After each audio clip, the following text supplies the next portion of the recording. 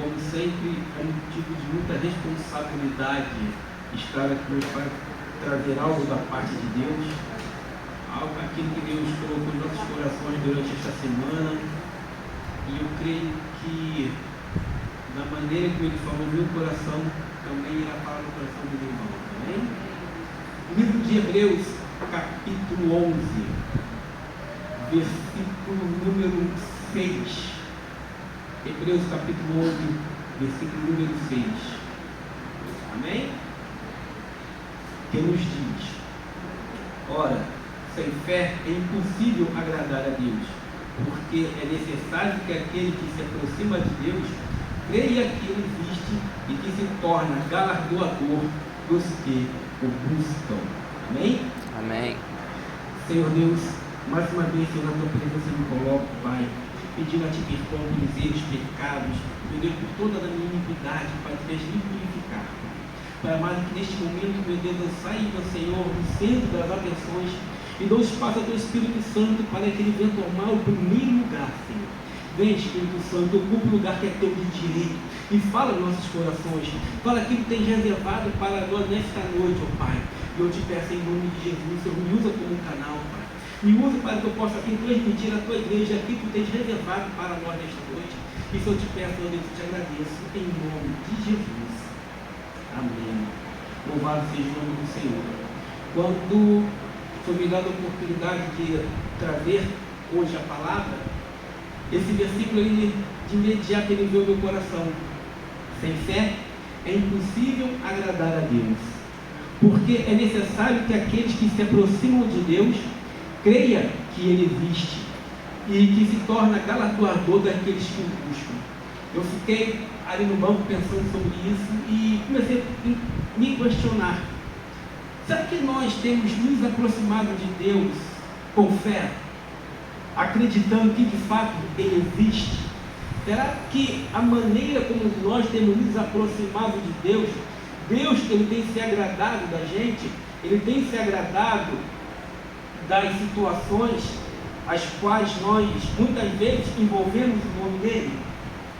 Eu fiquei pensando nisso e comecei a buscar na palavra exemplos de pessoas que se aproximaram de Deus por fé, que se aproximaram de Deus e que Deus se agradava deles, se agradava da vida deles, da sua conduta. E o Senhor me mostrou 3 personagens, dentre tantos que a Bíblia nos relata, 3 personagens que se destacaram aos meus olhos. Um deles foi Enoque. Enoque, segundo a Bíblia, ele andava com Deus. E Deus se agradou tanto da maneira como Enoque andava com ele, que o tomou para si. A Bíblia nos diz que Enoque não experimentou a morte, porque Deus o trasladara. Deus o tomou para si. Outro personagem também que me chamou a atenção foi Noé. Noé, de acordo com a palavra, era um homem íntegro, reto, entre os seus contemporâneos. Noé também andava com Deus. Só que diferente de Enoque, Noé não foi trasladado.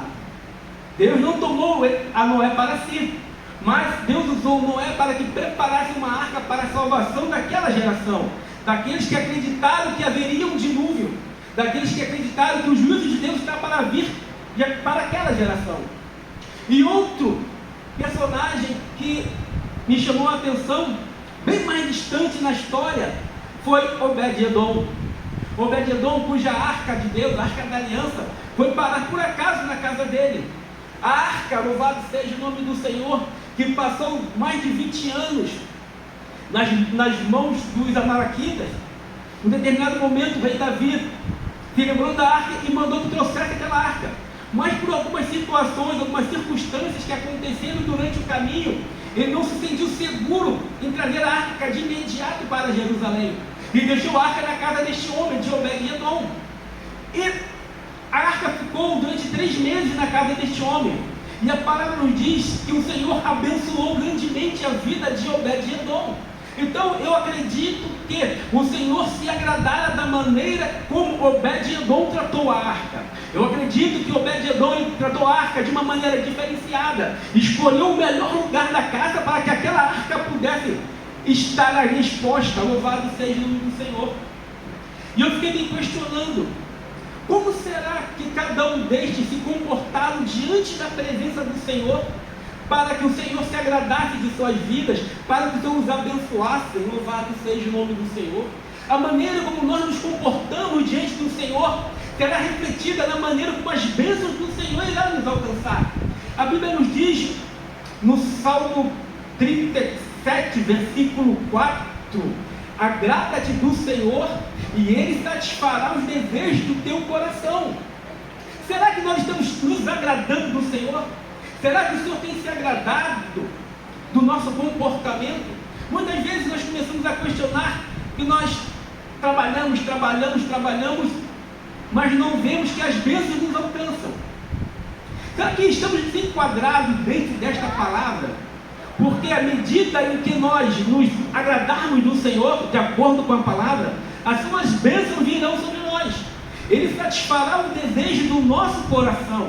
Então eu comecei a imaginar a vida de Enoque. Enoque, acredito eu que ainda, naquele tempo, as pessoas tinham uma maior oportunidade de ter uma comunhão mais ampla com Deus. Porque o Senhor, o Espírito do Senhor, ele foi se afastando do homem, da comunhão com o homem, mediante o aumento do pecado, mediante o aumento da iniquidade. Então, naquele tempo ainda, havia sim uma oportunidade de se ter uma comunhão maior com Deus. Mas, mesmo assim, muitos quiseram não ter esta comunhão. Muitos quiseram se afastar de Deus e buscar as suas próprias decisões, os seus próprios caminhos. Mas Enoque não.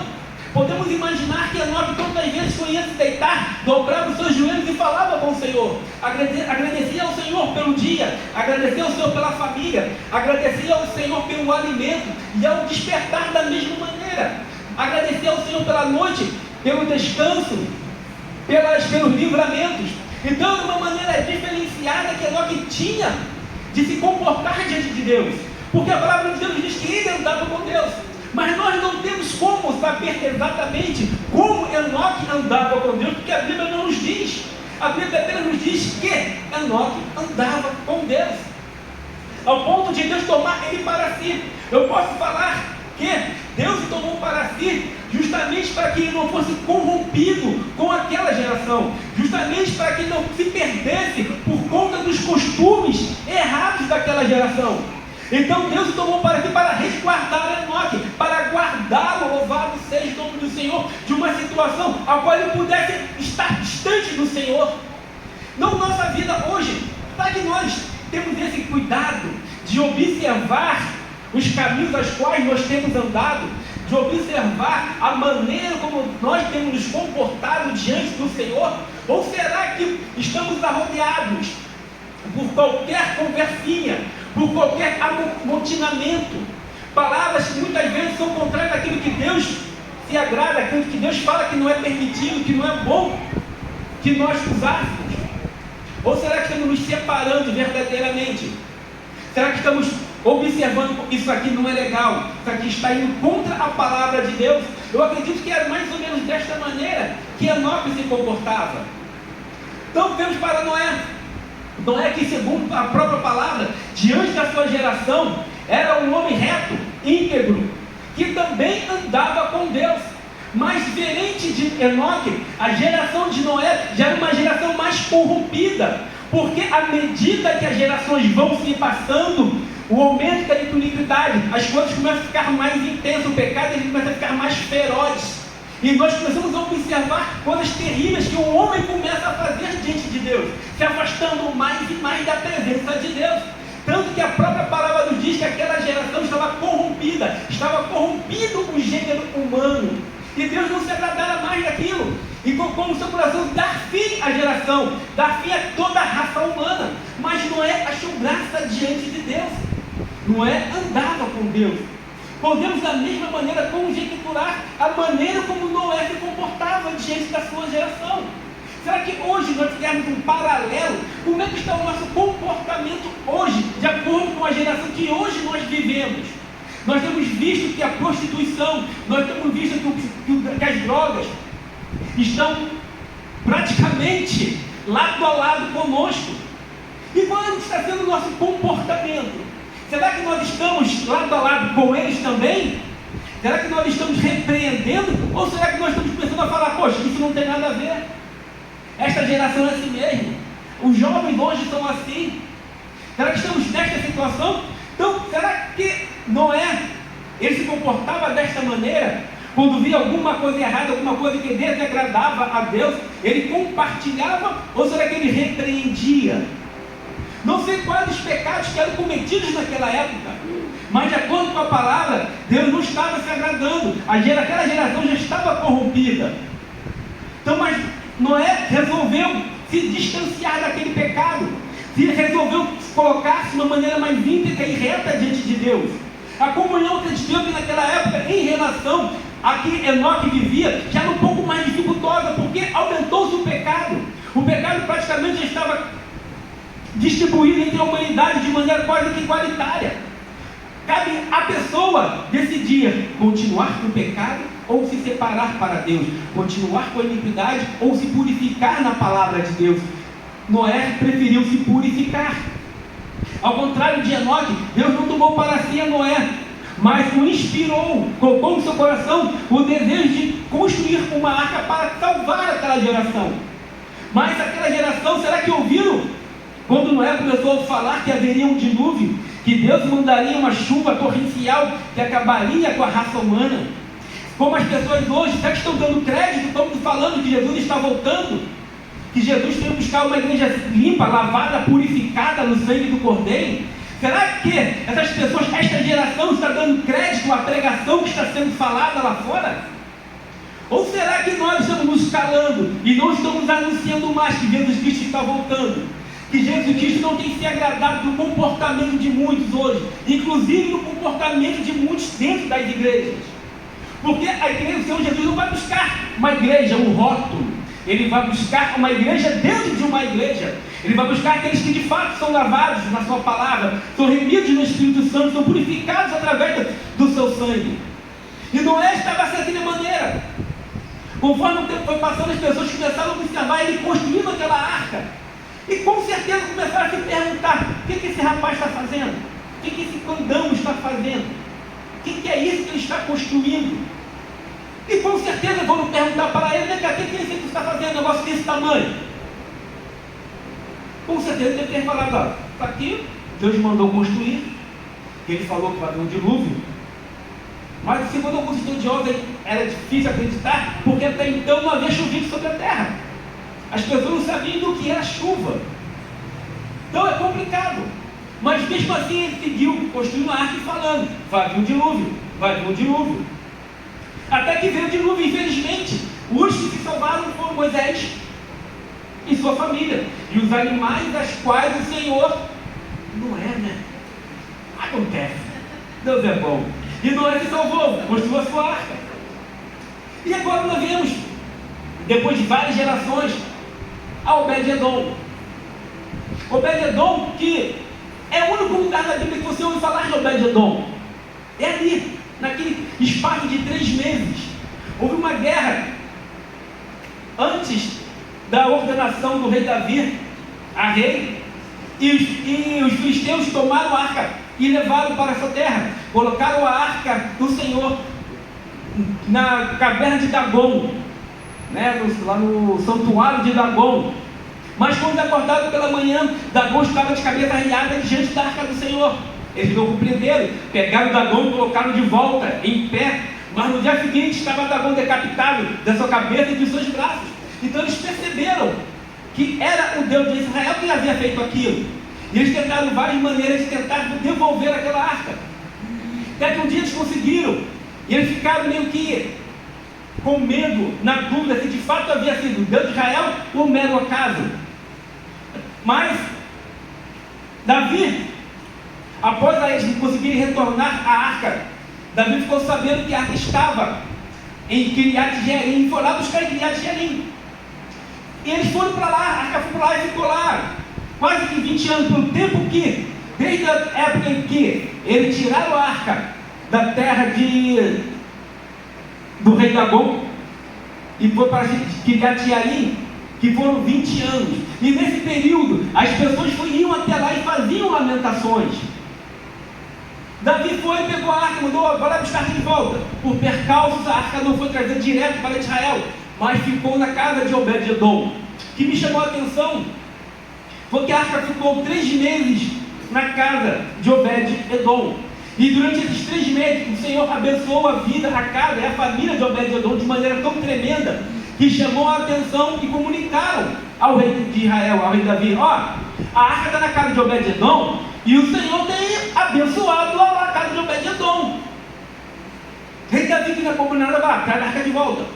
Mas, se a arca ficou na casa de Obed-Edom durante 3 meses, e abençoou, o Senhor abençoou, e a arca ficou 20 anos na terra de Eriat-Jearim, e nada aconteceu. Qual o comportamento, qual o tratamento que diferenciou a Obed-Edom do povo a qual a arca ficou durante 20 anos? A Bíblia diz que neste período eles iam até lá para lamentar: Senhor Deus, porque eu estou passando por isso? Senhor, por que aquilo? Senhor, eu acho que ninguém foi lá para agradecer, para adorar, para exaltar aquela presença que estava ali. Então eu acredito que nesse período em que a arca ficou na casa de Obed-Edom, ele escolheu o melhor lugar da casa. Ele tirou aquela TV de 57 polegadas de lá e colocou a arca lá. E todos os dias, quando ele passar pela arca: louvado seja teu nome, ó Deus de Israel, adorado é o Senhor Deus de Israel, exaltado é o Deus de Israel, porque a única explicação para que ele venha a ser abençoado. E será que nós estamos tendo esse comportamento? Porque afinal de contas, hoje nós somos o templo do Espírito Santo. O Espírito Santo de Deus habita em nós. E será que nós nos lembramos de agradecer ao Senhor por morar em nós? Senhor, eu te agradeço por morar em mim, fazer morada no meu coração. Será que nós fazemos isso?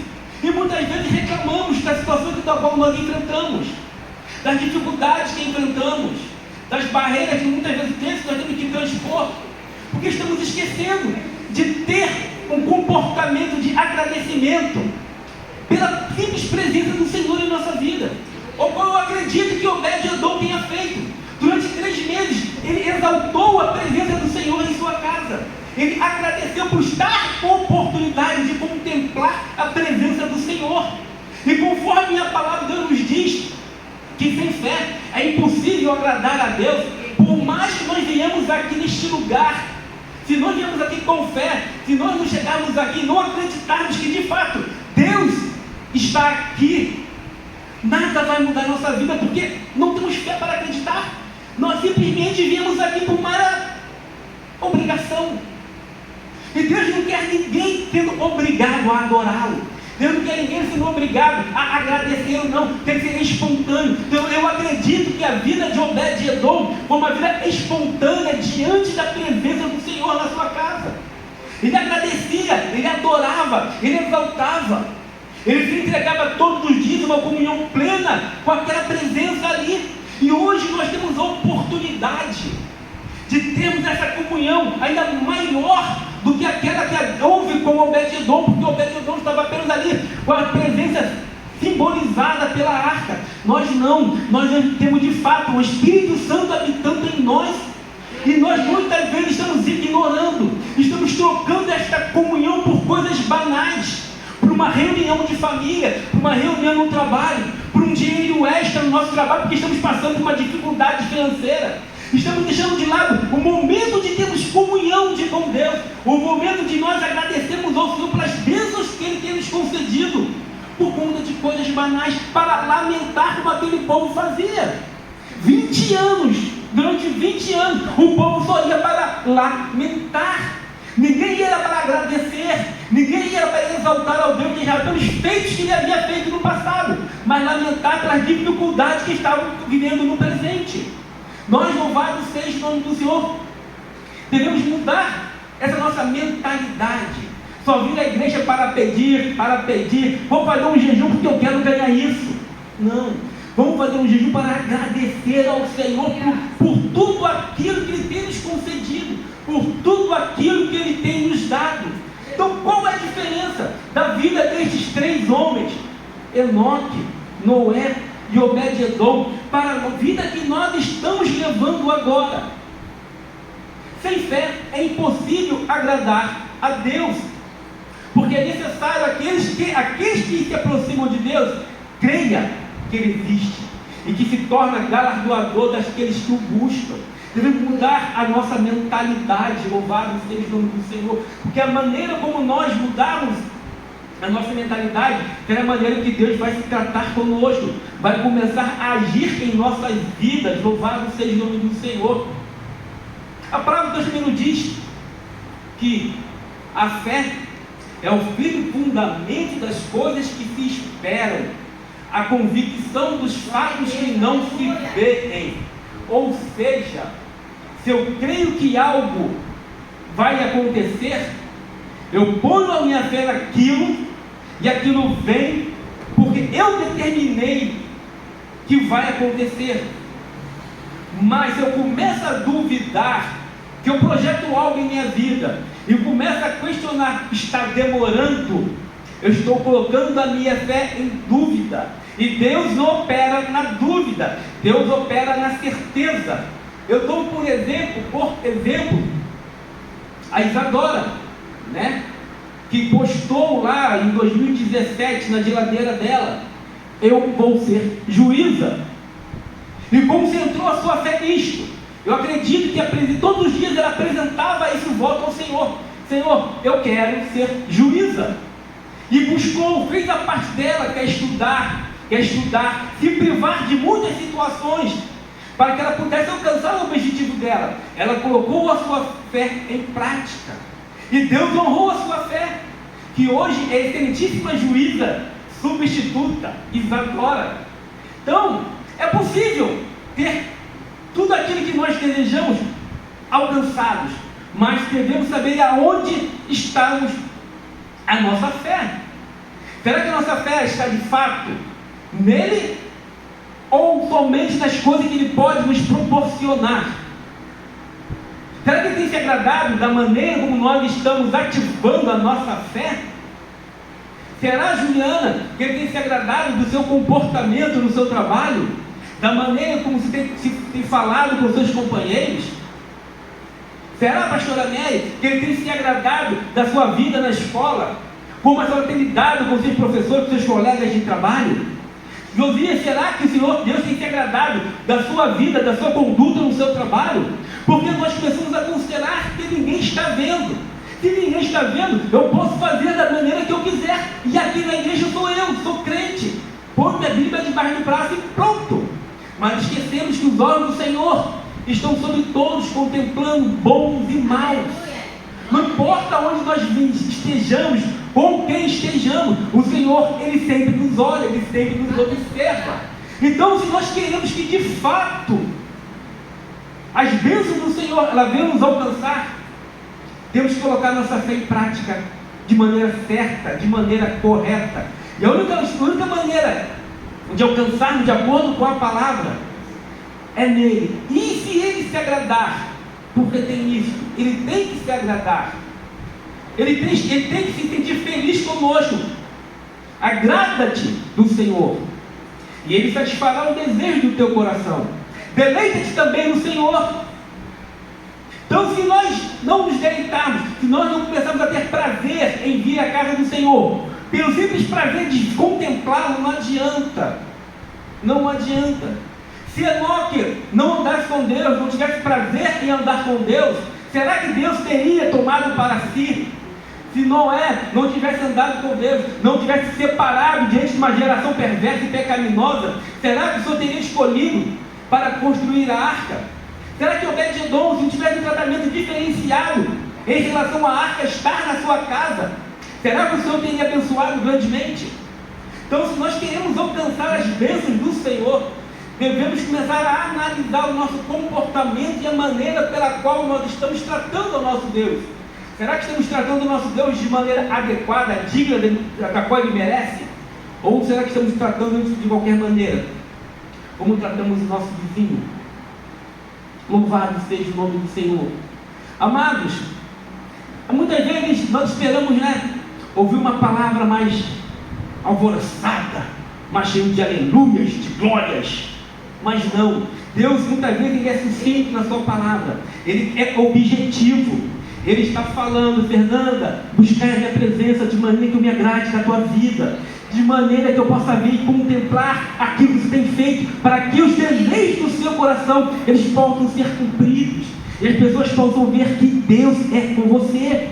Também da mesma maneira, muitas vezes nós pensamos: não, eu tenho que fazer de maneira diferente, eu tenho que fazer de algo que ninguém. Não, a adoração é simples, ela tem que ser sincera, para que Deus veja dentro do coração a sinceridade da nossa adoração. Obed-Edom agiu desta maneira. Deus viu a adoração dele na maneira como ele se comportava diante da sua presença, e Deus não quer nada além disto. Ele quer ver que sejamos sinceros na nossa adoração a Ele, na nossa busca por Ele. Não importa o tempo que nós iremos conseguir durante o dia passar na sua presença, se 5 minutos, se 10, se 2 horas, mas tem que ser sincero, um momento espontâneo, sincero, de dedicação à adoração a Ele, para que Ele possa fazer cumprir a sua palavra em nossa vida. Amados, se eu passar daqui não será mais Deus falando, mas que assim Deus possa falar grandemente o coração de cada um, porque eu também preciso observar a maneira como eu tenho me comportado diante do nosso Deus, a maneira como eu tenho adorado e o buscado, amém? Assim agradeço a oportunidade em nome de Jesus. Amém.